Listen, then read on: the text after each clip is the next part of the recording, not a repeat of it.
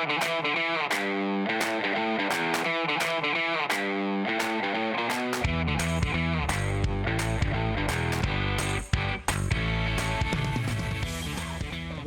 back to another episode of The Political Life. Today, we come to you for the first time from the entire world. We are traveling the world. We are keeping up with Katie. Katie Kincaid is coming back for a second time on the show. Katie has the honor, along with David Mack, of participating in the only live podcast we have ever done in person, obviously pre-COVID, down at the Denton's headquarters office on K Street in Washington, D.C. They were very nice to allow us to have it there. And Katie Kincaid and David Mack, who Katie at the time was with Ease, and so was David. And we did a live podcast there, and it was one of our best episodes ever. And shortly thereafter, it was so traumatic for Katie that she just picked up and left and went to travel the world. And she has been traveling the world essentially ever since. She did come home for a while, I believe, back to California. Mm-hmm. But some of the places that I have seen her on Facebook, and I'm sure she's been posting in other places, Thailand, France, I think Sicily, Croatia, Tanzania, which is what I want to ask her about, South Africa. So, Katie, it is so great to have you back. And we also, I'm remiss. This idea came about, for our listeners that remember, in a prior show with Chris Massey from Craft Ventures and April Mims from Him and Hers. They had the idea of having Katie on and finding out where she is and what she's doing. They are both very good friends with Katie. And so I am the odd man out here today, which is fine. And so that's how this show came about. And Chris Massey and April are here again with me today. And so we're going to find out where Katie is, what she is doing, and what she's been up to. So Katie, first of all, welcome to the show. Thanks, Jim. It's wonderful to be back. I appreciate it. It is good to see you, Kincaid. Yeah, and shout out to my people, Massey and Mimsy. Jim, thank you for giving us the excuse to all get to kind of virtually hang out and chat with one another. So appreciate that. That's really what this was all about. Is we needed a forum to just figure out where Katie was and get her in front of a laptop. And so appreciate Jim making that happen. I will say that for the last year or so, every time I've talked to Kincaid, she's been on a bike ride somewhere in the world and it's been a FaceTime from her phone, like in some crazy but beautiful location. So it's good to see that you actually have a roof over your head. I do. I'm very lucky to. And the roof over my head at this very moment in time is in Sarajevo. So I am here from Bosnia, which is something I don't think I ever would have expected to say, but here we go. And Katie, your world travels. First of all, where did you get the idea to take the time to go travel the world? Sure. So first of all, thank you again, Jim, for having David and I on. I mean, I'm sorry that I didn't reveal to you at that time that David did know that I would be leaving within a matter of weeks. So that was actually a really wonderful swan song for me because it gave me and David the opportunity at the time to get together and relive some of our memories of Lyft days with this crew here and Ease. So thank you for that. I think that, in conversations you've had with April and Chris and other members of the Lyft team in the past, the Lyft ride, no pun intended, was an incredible one. I think it was one that we all cherish, but also one that we probably all would admit we burned it at both ends. We sprinted a marathon, many of us for many years, and then many of us continued on to other ventures where we were doing the same thing. And it's an incredible world and an incredible opportunity to be able to get to work with such incredible companies and doing, pretty spectacular things in innovation. But it's also quite demanding and frankly exhausting. And I had reached a point where I was, just to be honest, I was exhausted. And personally, I realized that if I didn't take a break, I might put my head back down and look up 10 years later, and God willing, I would have, achieved more professional success, and would hopefully get to continue to work with some of my closest friends and colleagues. But I was worried that it would kind of continue to consume my life, and so I made at the time the really difficult decision to take a break. And so my last day was December 31st of 2019, and I set off on a one-way ticket to Bangkok on January 6th of 2020 with a pretty open-ended, and I didn't know if I was going to be gone 3 months, 6 months, a year. I had a budget for it and a desire to stay away at least 3 months. I was like, I had told myself I need to not work for at least 3 months. And actually there was a bet between David Mack and another very good friend and colleague, Sarah Lasner, that I wouldn't even last 6 months. Sorry, that's thunder in the background, nothing else. David didn't think I would last 6 months. He thought I would kind of be drawn back like a moth to the flame to work. And I had no idea if I would either. Turns out that was not the case. 3 months into the trip, COVID hits. Yeah. So 2 months and 2 you were weeks. where you were in 2 months. Yeah. Yeah, I was in Myanmar. Yeah. And so what was that like? It was what? I mean, so, taking a step back, I mean, in Thailand in January and February, I started to get texts here and there, from friends and some colleagues like, hey, are you paying attention to this?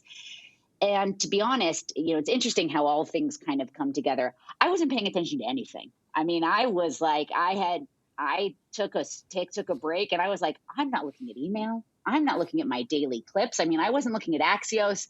I wasn't looking at Politico.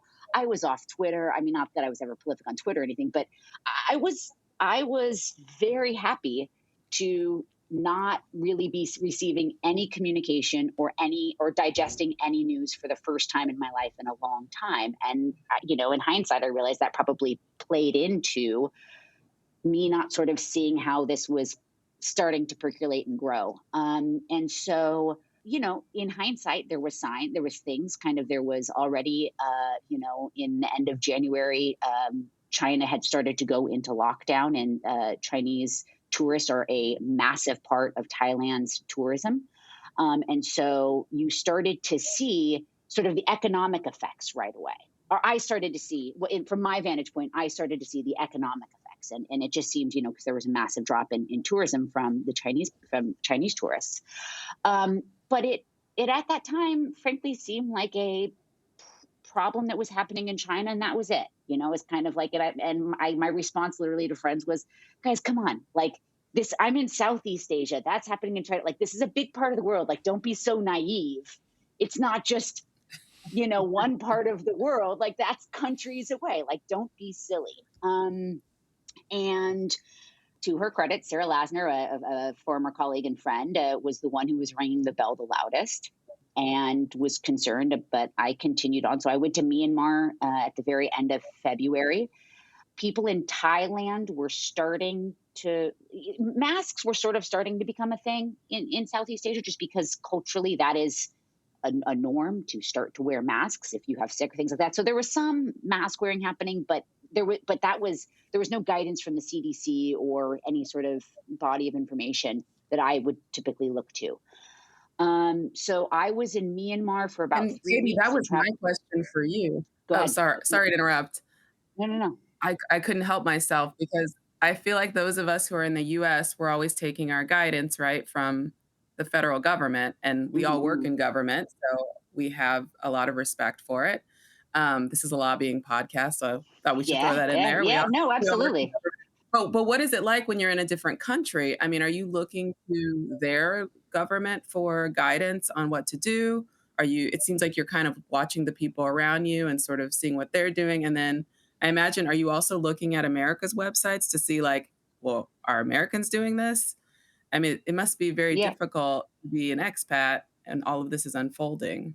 Yeah, so that's a great question, because like you said, April, we we come from a world, where, we work with government officials, we work with elected officials, we work with policymakers all the time. And I think, all of us have a deep understanding of that, including, for example, I worked in government for a period of time, and so had a unique perspective of also being able to understand and see firsthand that policymakers are humans and are trying to react in real time. So in the very beginning, so I'm talking about like the first 2 weeks of March, as things are starting to escalate but haven't yet hit a tipping point. I was taking my cues from, my family and I have my father is a retired pediatrician. My brother is an emergency room doctor.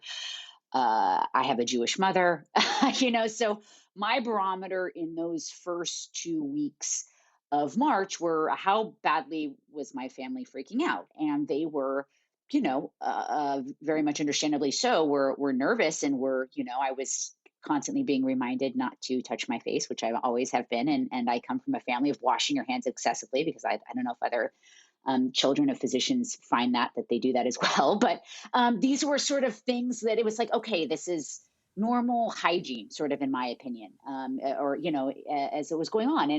And like I mentioned earlier, I was trying to be as checked out as possible to the news and reports and what was going on. So I wasn't looking at the news every day. I was sent a podcast, The Daily, by Sarah Lasner, who kind of was like, you need to educate yourself. And I remember listening to that. And that was sort of the first time. And that was around, the last week of February. And that was sort of like, wow, okay, some people are starting to say this could be bad, like Spanish flu bad. But no, I'm not hearing the alarm bells being rung. I'm not hearing the bells being rung by the U.S. government. And like I said, by my mother. So clearly we're okay. And then, I proceeded to be kind of deep in Myanmar. I was at that point, I was traveling through Myanmar, which is a beautiful country, highly recommend it. But their life was continuing completely as normal. And I don't know if that was because of a lack of information. I don't know if it's because it's a different place and different culture, or, there was maybe probably restricted information too. This was before the coup, where the military took over. This was a year before the military took back over the democratically elected chancellor. But, and even for a period of time, I remember exactly the dates, March 7th to March 13th, I was trekking in remote Myanmar and I had no service. And it's incredible what can happen in 3 days. So when I got back to cell phone service, everything started to change. On the 13th, I got back and my phone started to come alive. And I should also say, though, that during this time, sorry, taking a few days backtrack, during this trekking, I was immersed in a whole other world. I was, seeing villages that were, got their water by water buffalo that would carry in, buckets of water that then kind of, that women, then carried. I remember I saw very vividly a woman who was carrying a newborn baby on her back while she also balanced on her back a bar that held 2 jugs of water on either side. And, and she didn't look, and we met eyes, and hers was not a look of sadness or weakness.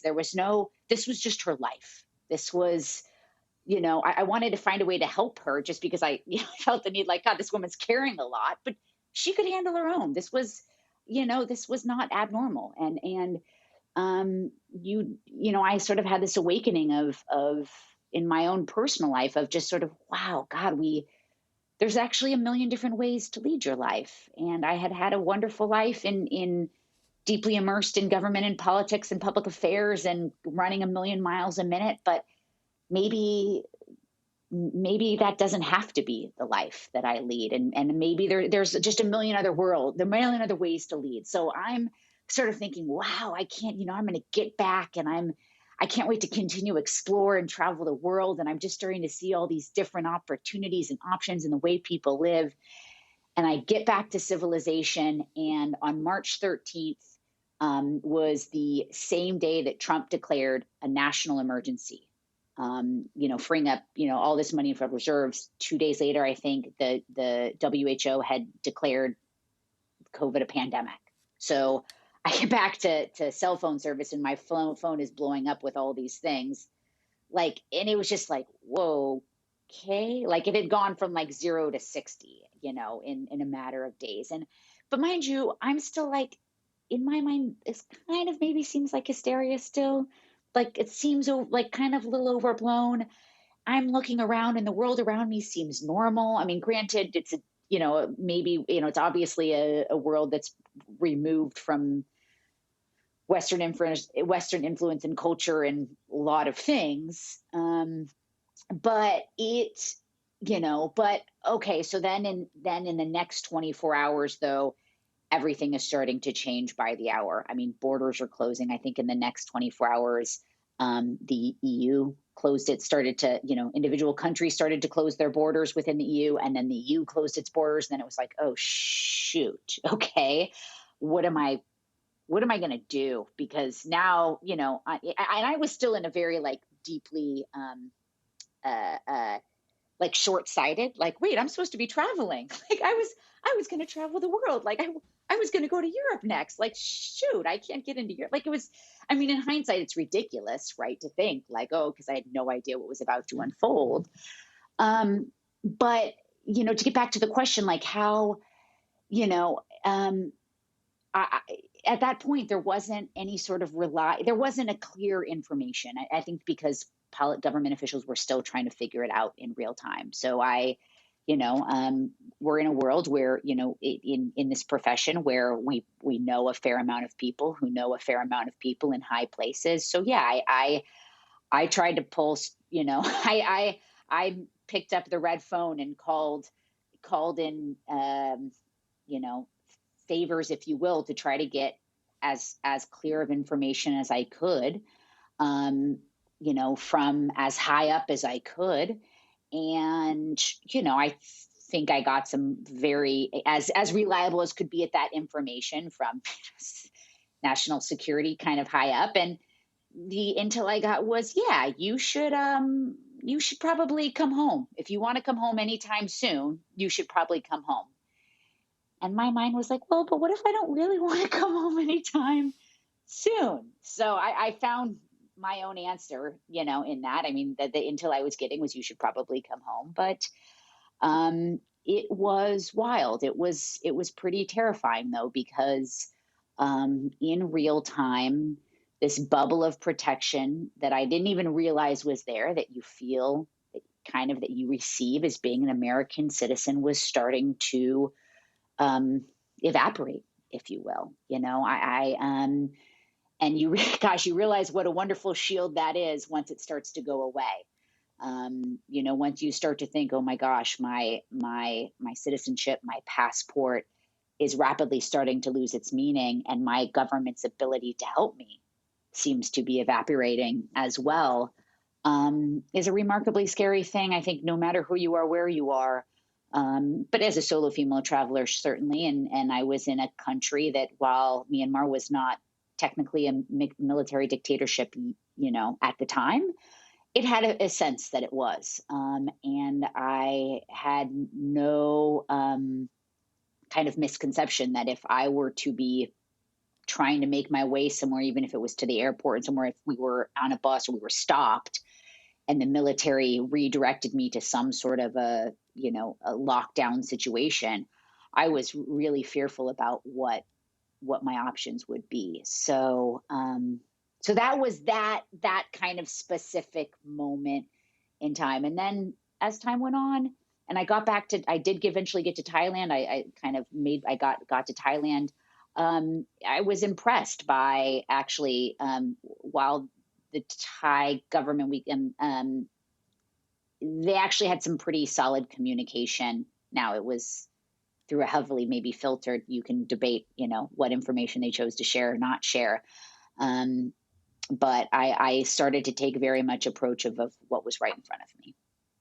Oh, yeah. I mean, that was a wild perspective to have throughout. I mean, and also for the reason you just explained, which is, this is our world is paying attention to government and looking at government and seeing how that. So, yeah, I mean, and listen, this was a part of my kind of speculation. From the beginning, there were no bells being rung from the United States at this stage.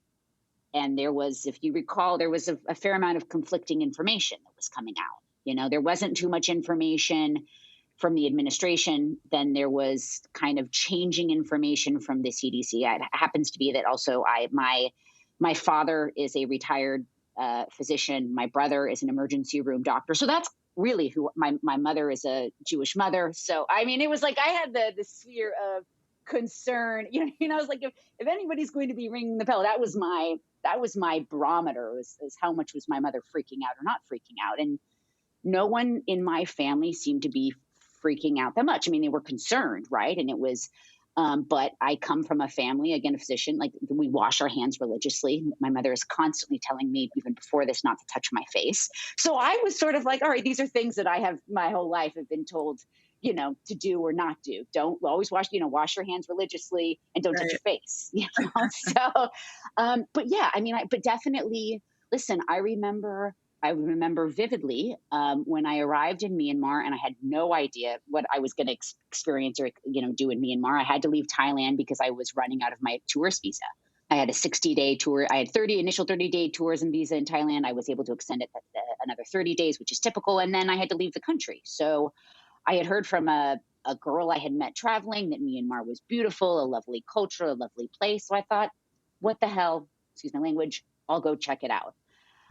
So I arrived, and it was completely normal. I mean, you would walk around in Myanmar that nothing was at all. There was no indication that there was potentially this global pandemic unfolding. So it's this weird thing, because I'm starting to get escalation of, in my mind, what was hysteria from friends and from media in the U.S. But my visual, what was right in front of me, was businesses was normal. And it was a totally different country, and in a country that had only within the past 15 years opened its borders, right? And so that was like a whole other interesting element. And unbeknownst to me, a year later would undergo a coup, and the military government would overthrow the chancellor. So that was a whole other interesting element in how that unfolded. So I went on traveling Myanmar and was going around, and when everything shifted was when I got back. I was trekking for 3 days in a remote area of Myanmar with no cell phone service, with a guide and 2 women I had met on the train up. Actually, one I had met like a day, well, pretty much on the train up, a woman from France and a woman from Slovenia and a guy from the Netherlands. And we did this 3-day trek through these remote, incredible villages in Myanmar where people are living just tremendously different lives.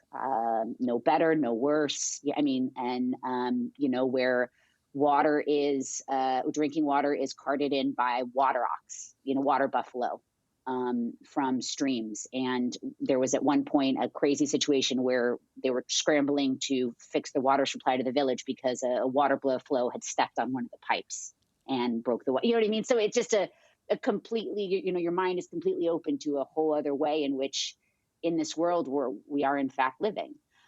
And I was going through at the same time my own parallel realization, an eye-opening experience of, wow, there's a whole world out there and experiences that I never contemplated. And this life that I had before, while it was a wonderful and incredible one, maybe I'm not in such a rush to get back to it. And this is before, you know what I mean? I have no idea what's parallel unfolding, and I get back to civilization, and my phone all of a sudden gets to service. And that was March 13th. And in the span of that time, Europe had all but closed its borders. All of a sudden, it was starting to be like the CDC was recognizing it as a pandemic. I mean, it was just like the world had suddenly like shifted off its axis. But it was still like, whoa, but it still seemed like hysteria. It was still unclear. And then, so I continued on to my next destination. I was still like, this is overblown, whatever. And then within 24 hours, I mean, I have the timeline somewhere. I'm sorry, I have to pull it up. But within the next 24 hours, like the U.S. and Canada closed its borders with each other, which was like, oh shit, that's weird. Like, I mean, it was just like the things were in within every hour, like monumental shifts in aspects of the world that you take for granted. You know, it was like a string was being pulled and it was just all unraveling. And I am in northern remote Myanmar being like, maybe I should get out of here, because Myanmar, while a beautiful, incredible country, Jim, I was starting to say this earlier before, there was two things that were very top of mind. One, while it was not technically a military state just yet, there was no denying that it was more or less a military state. And this was, with borders closing and all of a sudden basic world order shifting, I came to the terrifying realization that my sort of halo bubble of being an American citizen was losing its power. It was like fading. And so if I had a very sort of real fear that I could be in a situation where the military government or the military in Myanmar would stop me and forcibly kind of contain me in an environment, under some sort of a lockdown, it would probably not be an environment I would want to be locked down in terms of accommodate, and I did not know if my government would be able to get me out.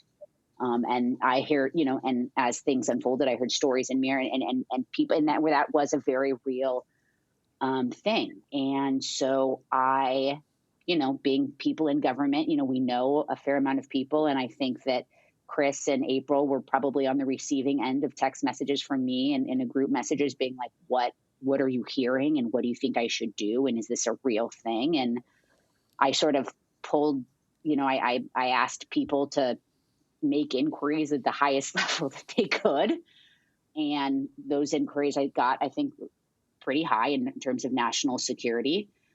And it was like, yeah, this is very real. And you should definitely get out of Myanmar. And so Katie, yeah. So to me, it's really incredible that the juxtaposition of you're in this remote area, there's zero technology, they're living a simpler life there, and you're sort of reflecting on what's important to you. And in the meantime, there's hysteria happening in the US. You come to the realization that you probably need to take this more seriously. And so you're inquiring about what you should do. And so now you're at this inflection point of where do I go? Because the US is shut down, Europe is shut down. So now what do you do? Exactly. I mean, this was the main thing is what do I do? I am suddenly, my ability to get anywhere else in the world. I know I need to leave Myanmar immediately. I need to get out of Myanmar immediately, because besides the military aspect, there was no infrastructure in place for health systems to accommodate. I was like, God forbid this outbreaks here. And, and at that point, we don't know what we're dealing with. We didn't know what was happening, right? We didn't know anything about how this was transmitted, how easily it was transmitted. It all of a sudden people were dying, but it was unclear who was, there was more questions than answers. And I imagine you also, having the language barrier in Myanmar as well, to understand what their government was actually saying versus what you were hearing, really secondhand at that point, couldn't have been easy. And, knowing you wanted to maintain your trip, right? You had goals for your trip in order to provide yourself with relaxation and opportunities, do the things you love. How'd you decide on Bangkok? Because I think, and tell me if I'm wrong, that Europe was the next destination for you. Yeah. I was planning to go. Yeah, exactly. I was planning to go to Europe. I kind of started in Southeast Asia, but yeah, I was planning to go to Europe. That very clearly was not an option. That's where I would have gone. That would have been the safest, easier. I thought I'll lock down in France. Okay. Well, that was not an option. Italy, and I hadn't even, and I was still I was still very much unaware of the details of how things were unfolding. So I made the decision to get back to Thailand. I knew I had to get back.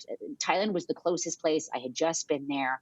I had seen firsthand that it clearly was a country that had built a robust tourism infrastructure, had a lot of Westerners, had a lot of expats. So I had a fair amount of faith that they had a fairly, especially for the region of the world, a robust infrastructure, healthcare system. There was going to be other expats up there. There was kind of some connections there and some people that I knew there.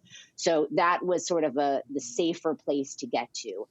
And then from there, I initially got to Chiang Mai, and the craziness is it was actually the time of the season where they're burning their fields, which is a common thing. So it was smoky. So it was like, okay, this thing is breaking out. So I get out of Myanmar, which there's a whole other story about me getting on a bus and then realizing as I'm getting on the bus that the Thai government might be deciding that day to close its borders. So I've got to try to get to an airport to get to the city that I fly out of instead of being on a bus for 14 hours. And I am dropped by the side of the road to get to then walk to Katie, you're going to write all of this in your book. Yeah. There's going to be a book or a made-for-TV movie or something about this. Keeping Up with Kincaid. Yeah, yes. Exactly. This is just the teaser. Yeah. So anyway, so I get to Thailand, and then Massey, to your question, that becomes the thing. Is what do I do? Like, do I stay in Thailand or do I go back to the States? At this point, there is still an option to go back to the States, but how long that's going to be an option, I don't know. And I'm confronted with two things. One, I felt like I had just, unbeknownst to me, I had already sort of undergone a transformation mentally, kind of like I had walked across I had been walking on stones and not realizing I had been walking across a river. And I looked back and suddenly I was like, I don't want to go back to the other side of that, because while I loved the life that I had and I'm immensely grateful for it, I didn't want to go back to working like I worked. I didn't want to go back. I had just felt like I had just was starting to see that there was a whole wide world out there that I wanted to explore and experience. And it felt like going back to the States, honestly, would be putting back in a box and like being kind of shoved back into a box. I think that's really interesting, Katie, because I was going to say, I feel like a lot of times when we're talking about what we do, it's sort of, we speak to it from the perspective of like, this was so great. This is how you can do it too. I think we all, even subconsciously, are on this ladder, or at least a jungle gym, to see where we want to go next professionally. So I think it's really great that you had the foresight and, we're listening to that voice inside you that was saying like, I need to take this detour or a different path. And that there's so much that you can learn, so many ways in which you can learn and grow. I mean, I just really respect that as somebody who's just more conservative professionally, who, went to law school and felt like I was on a certain path. I just think it takes a lot of courage to say, I'm doing well, but what do I really need to be doing with my life? Especially during COVID, when I think a lot of people's instinct would be, let me just go home. I mean, that's really what we were all doing, right? Retreat, go home. Everybody live in your house. Everybody sanitize your groceries. I mean, you guys remember those early days. It was literally do not leave your house. And Katie's making the decision, not only am I not going to stay in my house, like I'm going to go travel the world during this time in a safe way. I'm sure you took the appropriate measures, but definitely like following that path for yourself. So I really admire that. I agree with that. I mean, having worked with Katie closely, that's something that I've always respected about you, is that you've got sort of the stick-to-itiveness and the guts to stick to your plan, and that you see the plan through.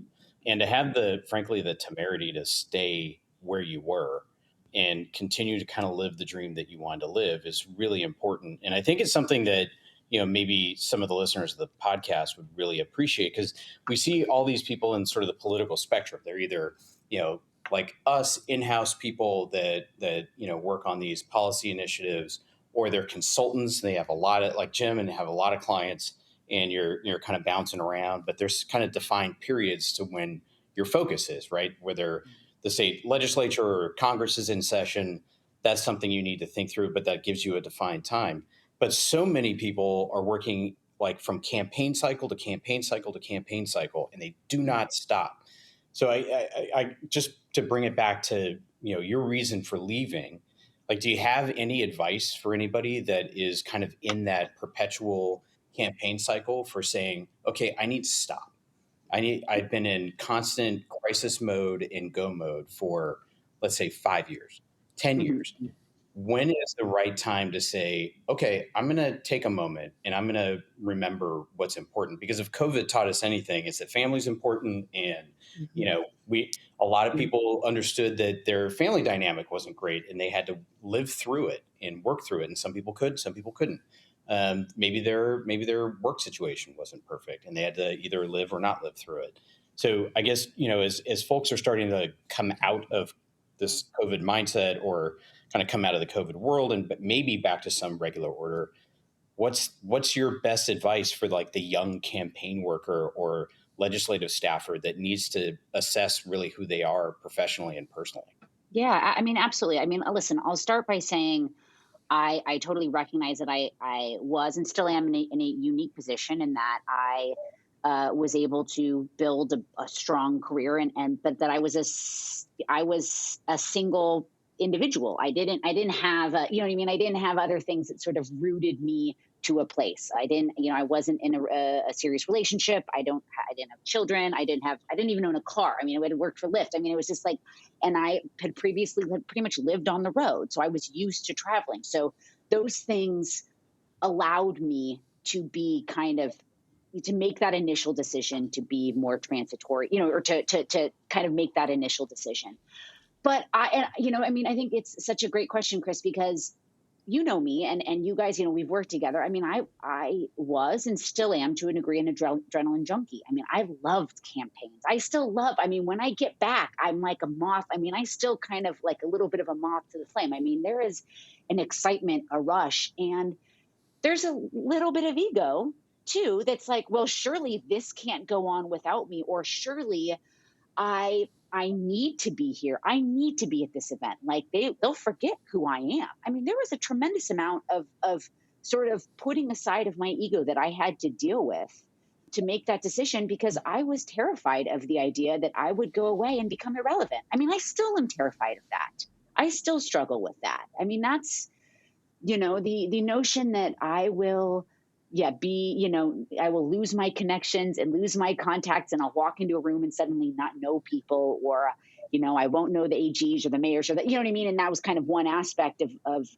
the world that I inhabited before, But I think that I had support from my family and my friends, including my colleagues, including you two and others, who, when I revealed this information that I was thinking of doing this, I think out of everyone I told, maybe two or three were like, "Oh, are you sure that's a good idea?" Everyone else was supportive. And I think that's a thing that you would be surprised how supportive your community will be for you to take time for yourself and to do something for yourself, because it'll make you a stronger. I mean, I am now, my perspective is so much just wider, and I hope I understand people more. I hope I have a broader perspective of really understanding where people come from in different parts of the world too, and how critical that is in understanding how they approach anything from both business to things like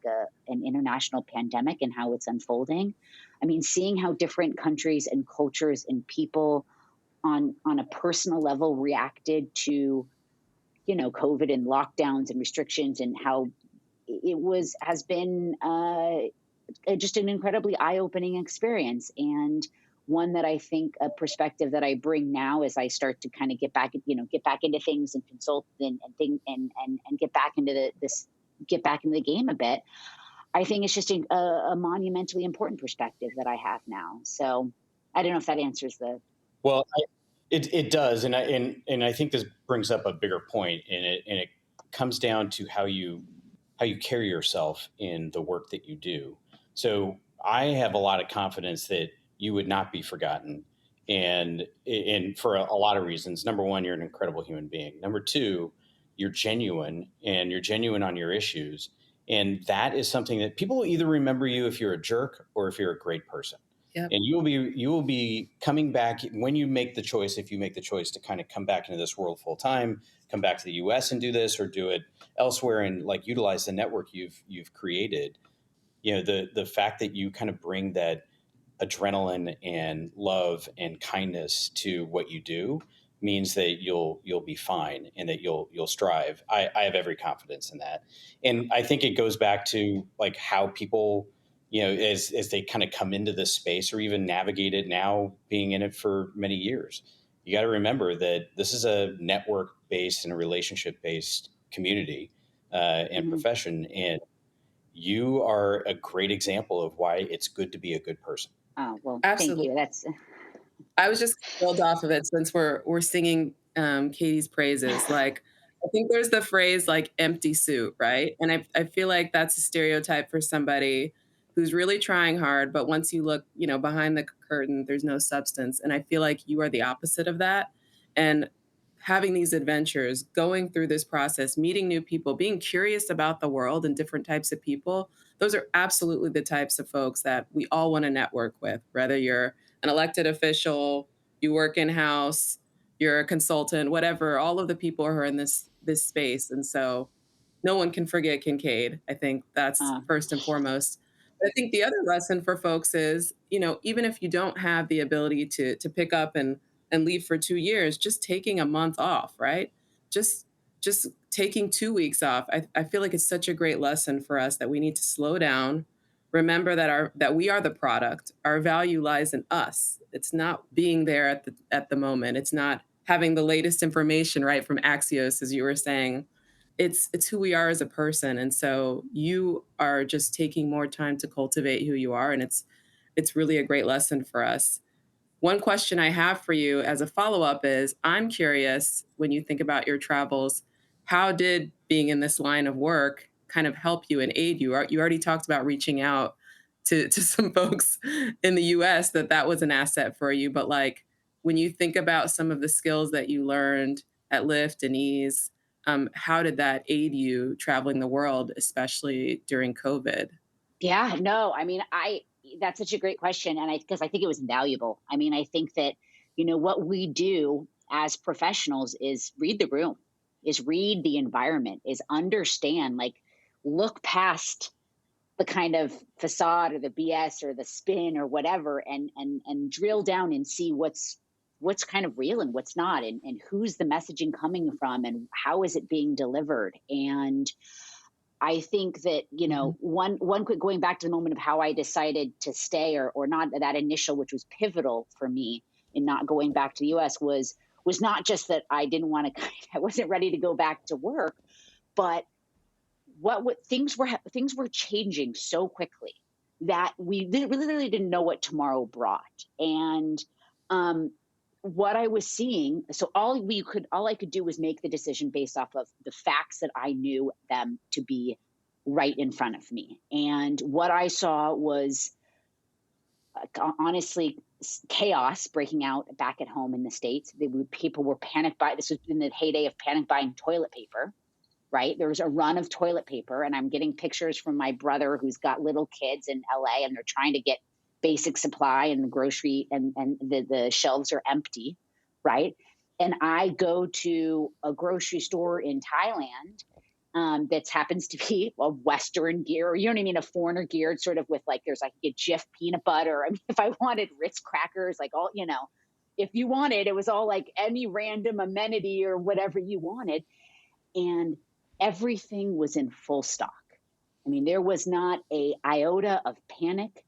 People were everyone was wearing masks. And this is going back to, I think, what I said earlier, which was culturally, like, this was already a culture and that was quick to wear masks.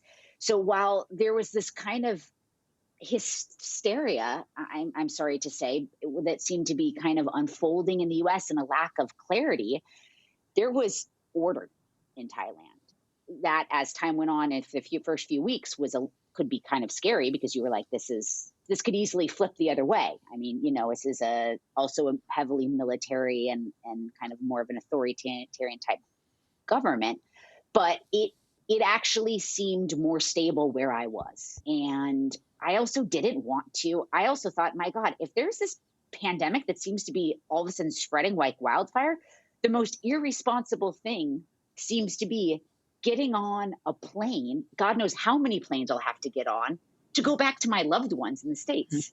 Like, that just seemed So it was to your But point, having Chris. said that, Katie, there had to be, but there had to be a strong desire to be, because of the nervousness going on at that time, there had to be an incredible pull to be home in the States, which you would feel, even if it's not logical, and clearly you're a logical person or an analytical person, emotionally it would feel safer.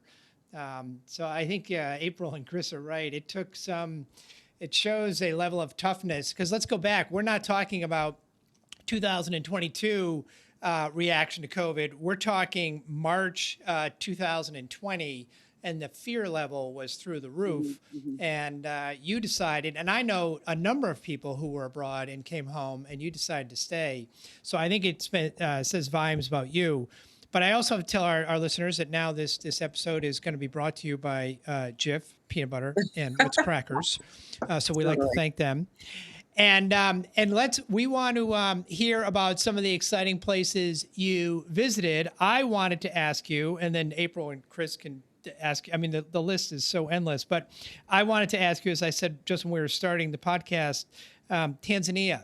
And you're climbing the Mount Kilimanjaro. What was that like? Because I don't have a bucket list, but if I did, I think that would be on it. Ah, wow. Well, that is like the end of the story end of, let's just call it book one of the story, if we were to put it in that form. That was wild on a number of ways. That I decided to do 3 weeks before I did it. I was in South Africa. So really quick, I'll just do a quick. So I was most people train for like 6 months. Katie decides on 3 weeks to go climb. Yeah. Just putting that aside. Yeah. Go ahead. Sorry. So just real quick, just to bridge, I went from, so I wound up staying in Thailand. I wound up getting a house and locking down in Thailand for several months with the 2 women that I trekked in Myanmar with. I stayed in Thailand until August. Things started to get a little different in Thailand, and I sensed the winds changing, and it was time to go. So I then assessed where to go. Again, had to decide if I was going to go back to the States or not. I wound up looking at what was a remarkably short list of countries that would allow if you had a U.S. passport, would allow you in. A whole other discussion at some point will be just the phenomenal dynamics of international travel, diplomacy, all that, and how fragile all of that is, and how unclear all of it was, because it just was simply, if you had an American passport, you couldn't enter.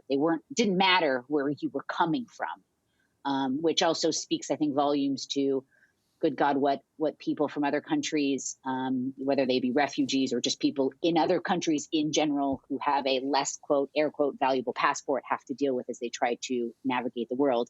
But I wound up in Croatia, which amazingly was on that short list of countries that were at the time actually allowing in Americans, in part because they needed the tourism, and they were opening to Europeans as well.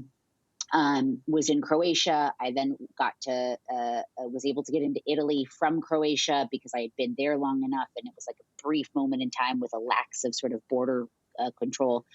And from Sicily, I then went down to South Africa because I was at that point chasing summer, and it was that was December of 2020. I was in South Africa for about 2 months and trying to decide what to do next. I wasn't ready to go back to the States. Vaccines were just starting to roll out, not quite.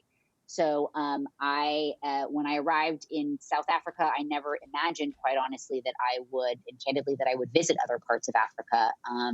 In another part of life lessons, I learned how woefully uneducated I have been, and probably I think a lot of Americans are, or people in general, about how incredible Africa is, and how how wonderfully diverse, and just how much it has to offer, and how many things there are to explore, and how rich in culture and people, and I didn't know any of that, and so when I arrived, I suddenly realized, wow, there's a whole other world. There's a whole huge continent here that is a beautiful, wonderful place to explore and see and try to experience. I wasn't sure I was going to be able to see all of it. And I would be traveling for a year, but Tanzania continuously came up as, for many people, as a really cool country, as wonderful people, as a large expat and international scene too, because I always have to think, as a solo female traveler, I'm always on my mind is aspects of where am I going and is it safe for a solo female traveler? And that's all across the whole entire world. That has nothing to do with the fact that I was examining this in Africa. I examined this every place I went. But I was quickly assured that that was totally fine. I mean, like anywhere, you have to be aware. Like, and that's wherever you are. That's San Francisco. That's New York. That's middle, or that's, anywhere. So when I decided that I was going to go to Tanzania, that, Jim, is when I decided, well, hell, I guess I got to climb Kilimanjaro, because it seems silly to be in this part of the world and be in this country and not see and experience one of its greatest treasures. So what did I think of it? Well, it was a hell of a lot harder than I thought it was going to be. You hadn't trained at all. Well, yeah. I mean, listen, I think if people who know me know that I'm But Kincaid is also a runner, right? I'm a runner. Yeah. I'm a cyclist. It's a part of my mental health, and honestly is my daily kind of physical routines, and was very much so through that past year. So physically I was in decent shape. And then so it came down to it literally came down to, will I be able to get the gear I need, and namely boots? Because a lot of other things I could rent, some things I was able to borrow, because I had been in tropical locations for the past years. I certainly did not have the proper attire to hike a mountain or be in anywhere below, 60 degrees. And I was going to be facing that. So I was able to sort of piece together enough equipment by renting or borrowing and buying. But the main thing was I going to be able to get boots? And, as I think a lot of people experienced, there was global supply chain shortages of various things. And a lot of things was for athletic equipment, because people were doing every outdoor thing that they could. So I was in Cape Town, and I would been into a few shops trying to find boots, and I was having a hard time finding my size and the right kind of boot. And finally, I showed up in a store and like a Solomon, hiking, and I was I still kind of shake my head at the kind of ridiculousness of it, because I walked in and I was like, so I think I climb Kilimanjaro in a few weeks. What do you recommend? What kind of boot should I get? I'm like, who does that? I mean, But, of course, he takes from the top shelf, the most expensive boot, and hands this to me. And it's a huge thing. And I'm like, how am I going to fit this in my two backpacks? Because mind you, I'm traveling with backpacks. I'm 22 years old. And I'm just a little older than 22, just a little. But anyways, But Katie, this is where all the lobbying and advocacy experience helped you, right? You're just willing to ask the tough questions and get out there and not be afraid. And not be afraid. And that's what it was. It was an experience. Exactly. The whole thing is you can't be afraid. There's going to be a lot of things that, listen, I was afraid. I was terrified. I went into it somewhat blindly. And I think that's what we do with work as well. Sometimes we don't know what the heck we're about to get into, but we go into the trenches and we fight and we do what we can, and we follow our gut, right? This whole time I followed my gut. And Massey, Chris, to your point before about sort of things that I learned, in this job, in this world, you follow your gut, you follow your instincts. Is this do I feel comfortable in this place? Is it not? Do I feel safe in this environment? Do I not? Is this people that I understand? Is this is this people where I can find meaningful connections and relationships? And, is this culturally people I can find commonality with, even though we come from such remarkably different places, and you follow that, and it led me to Tanzania, climbing Mount Kilimanjaro. And it was a beautiful experience. Jim, it was harder than I thought. The altitude is real. It wound up being a kind of crazy situation too, where a gentleman where I was with, who was an incredibly fit, New Zealander, who I thought for sure would be the first one up the mountain, had to be emergency evacuated at 6 o'clock at night on the third day in, being carried down by the porters because because it was COVID and because there was a tiny fraction of people who were still coming to do the hiking. There was no emergency services. So a group of porters who, by the way, are the most incredible, hardworking, selfless Amazing. individuals, carried this man down through the night. At this point that we were probably at, 13,000, probably, no, maybe even like 15,000 feet. And by the grace of God, he lived. I mean, I thought this man was going to die for sure. I thought this man was going to die. So, you realize that, life is not guaranteed, that there's going to be a lot that's outside of your control, and to honor and respect your life. And at that moment, I thought, what the hell am I doing on this mountain? Why am I this far from my family? And I decided on that mountain that it was time to go back to the States after that to see I missed it. I had been gone too long. And I realized that the most important thing to me in the whole entire world was not my, this freedom to travel around and go everywhere. And it was my family and my friends. And I didn't, so within a few weeks after that, once my parents had, thank God had gotten the vaccine. Both my parents had been the vaccines. My brothers, because of their lines of work, said, family and friends were starting to, get their vaccines, and I felt like it was safe, and hopefully that soon after I was upon returning, that I would be able to as well, which did happen. So, that was kind of the ultimate thing. It was, it was. So I'm grateful that I was able to go that far, and I had made the hardest decision of my life when I stayed to not go back to my family, because I knew that I was making an incredibly selfish, in my opinion, decision.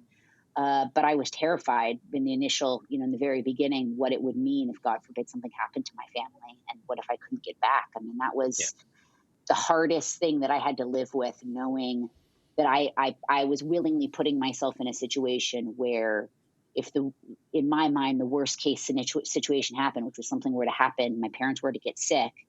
And again, we didn't know, that I wouldn't get back in time, or that I would have, and so, thank God that didn't happen, and I was able to continue on. And, and by the way, I did have a very good friend who lost her father, and it was horrible and continues to be heartbreaking to this day. But, when I got to Kilimanjaro, and it was both this incredible and wonderful experience, but what was in my heart was I need to be with my family. But I will say, when I did reach the top and looked, it's the most incredible thing in the whole entire world. It's like being in, I feel like, you guys will understand this. People who lived on lived on airplanes. It's like being in an airplane, but outside, being out. You're above the sky, you're above the cloud line, and you're seeing the sunrise. Like when you're flying on a red eye, or, it's a, really early morning flight, and you see the sunrise above the clouds, and it's just like, you're in this whole other world, and it's just for a moment in time, everything is calm and peaceful and wonderful and lovely. That's what it's like at the top of Kilimanjaro, but you're out in the elements, and it's pretty incredible. You have climbed the mountain. Amazing. I love hearing I love the flying analogy, because so many of us have been, living out of our backpacks before, at least just within the country. I feel like there are so many themes you touched on, like Katie. Like the sense of American exceptionalism, which, a lot of us are reflecting on after July 4th. And then I love that you discovered so much about Africa, because I think a lot of times, just by calling it Africa, right, we forget that it's a bunch of different countries and cultures. And so I love that you love that, and it's definitely on my bucket list to get there someday.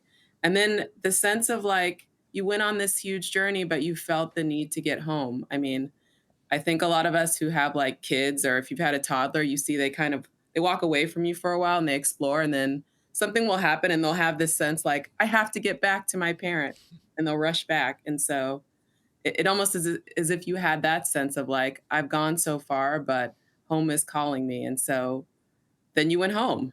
Like, Yeah. Just uncomfortable. Yeah. There are so many corollaries too to like a professional journey that I think is interesting too. Like if anybody ever said, "Well, Katie's been out of the game for a while," isn't really listening to what we're talking about because you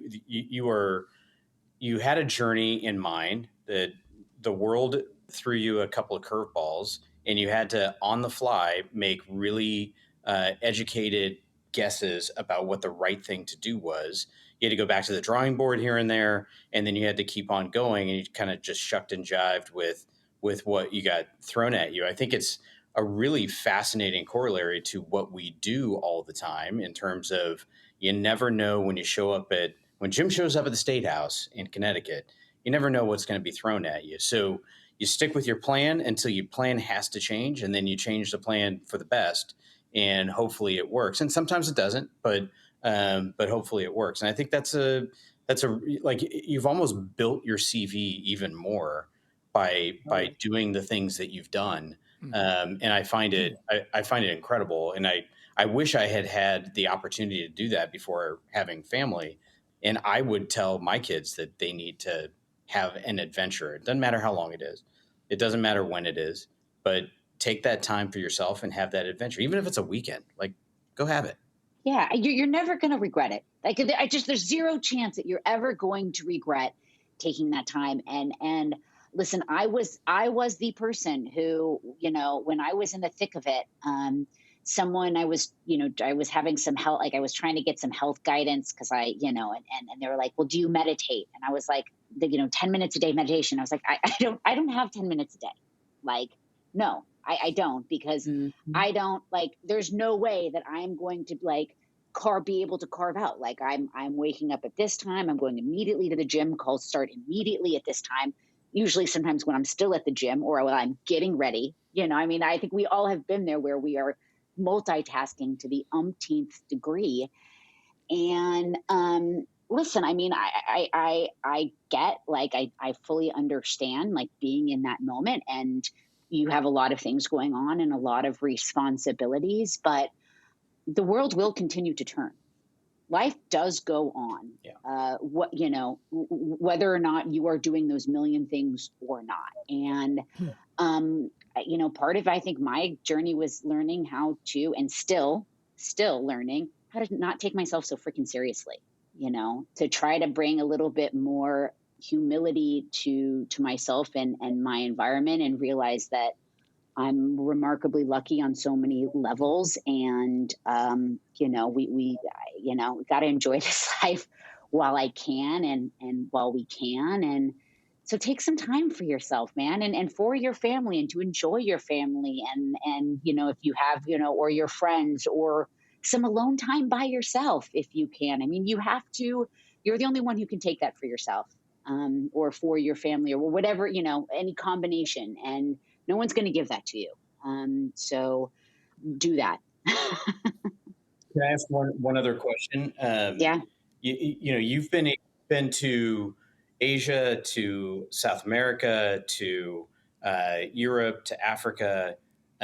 You've come across a bunch of different global governments and cultures, and looking at healthcare systems with regard to COVID. What from all of that do you think you can bring back to, let's say, a U.S. domestic viewpoint on government? It doesn't have to be about work, right? But what in your mind has changed, or if anything has changed, about how you view how we operate as a government, and what you saw as benefits or maybe downfalls from some of the governments you've been seeing up close and personal? Yeah, gosh, Matthew, that is a great question, because I can answer that a million different ways, because it's from COVID response to initial COVID response to COVID response through the year of 2020, and then in the past year. But I think in particular, some of the things since we've sort of been talking about early days of this journey. So I locked down in Thailand. That's where I spent the first 2 months of sort of lockdown, if you will. and then several months after until August of 2020. But in the very beginning months, Thailand locked down very hardcore. It's the technical way, I'm sure, of putting it, hardcore. But they are it's a different government. They're a constitutional monarchy, and they have different authorities, and it's definitely dealing with a different population of people. And so not only did Thailand close its borders, and its national borders, and it was so hard to get in, that even Thai nationals had a difficult time getting in, and there was a lot of reports of people who were married to Thai nationals who were and who had residency but who couldn't get back into the country for months. So they put kind of the walls came down around the country, and I fortunately for me had gotten in just a few days before that. And then what they did then within short order is they then kind of their provinces, their states, their kind of different regions, those were confined. So you were in the region that you were in. You couldn't cross even those borders. Then there was curfews. There was I believe it was a 9 p.m. or a 10 p.m. curfew, and those weren't flouted. You didn't try to mess with that. And I talked earlier about sort of the culture of wearing masks, and a lot of culturally, it's kind of normal for people to wear masks in Southeast Asian countries with general illness. But just to leave no question, I mean, if you were caught not wearing a mask, the penalties were either a 10,000 baht fine, which is the equivalent of $3,000, or jail time.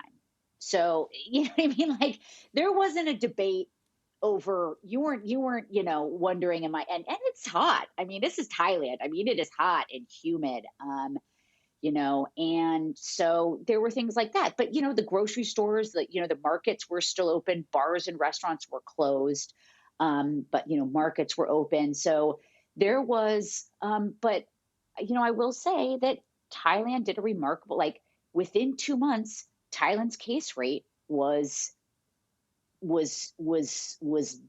incredibly nominal, was very low, and I mean, equivalent of what Australia and New Zealand had achieved, and those are islands, so it was interesting to see, sort of governments that had the ability and did make immediate, very forceful actions to curb the spread right away. It did seem like they had success. Now, there's a long tail. I'm not saying that there was a long tail and there aren't economic repercussions and things like that. But in terms of, immediately curbing the spread and saving lives, that was huge.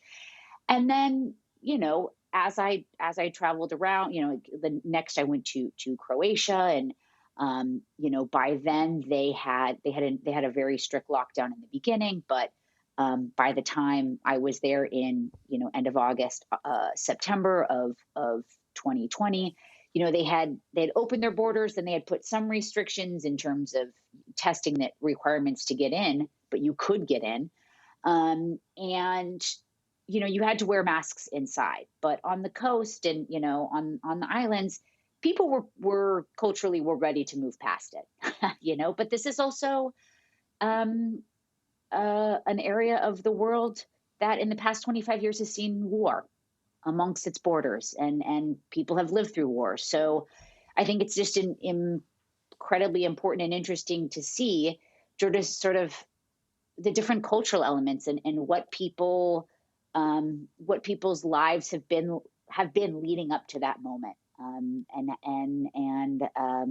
how that obviously plays an effect. I would say, if there's, I know we're in a remarkably interesting, challenging, difficult time right now in kind of in the U.S. And there's a lot of reasons and ways that people are frustrated and angry and upset, and that's not without reason. But I will say, and this is kind of more to kind of in real time, and what I've in my more recent travels and sort of that I've seen, that America is still seen as a place of hope and opportunity. Just earlier on the week of 4th of July, I was I was in Sarajevo and celebrated with some Bosnians who are now American citizens, but who are back in Bosnia and who immigrated in '96 after the war, and they did because there was an opportunity for hope and for opportunity. And I'm not saying that that's across the board the same for everybody. I think we know that that's unfortunately not the case, but there is still hope and there is still opportunity, and we have to keep that alive. and I think for people listening to this podcast who are in the halls of power and interacting with people who are making critical decisions and have the bully pulpit, to remind them when they can that we are a far stronger nation, we are a far more powerful nation, and far more prosperous nation when we are united.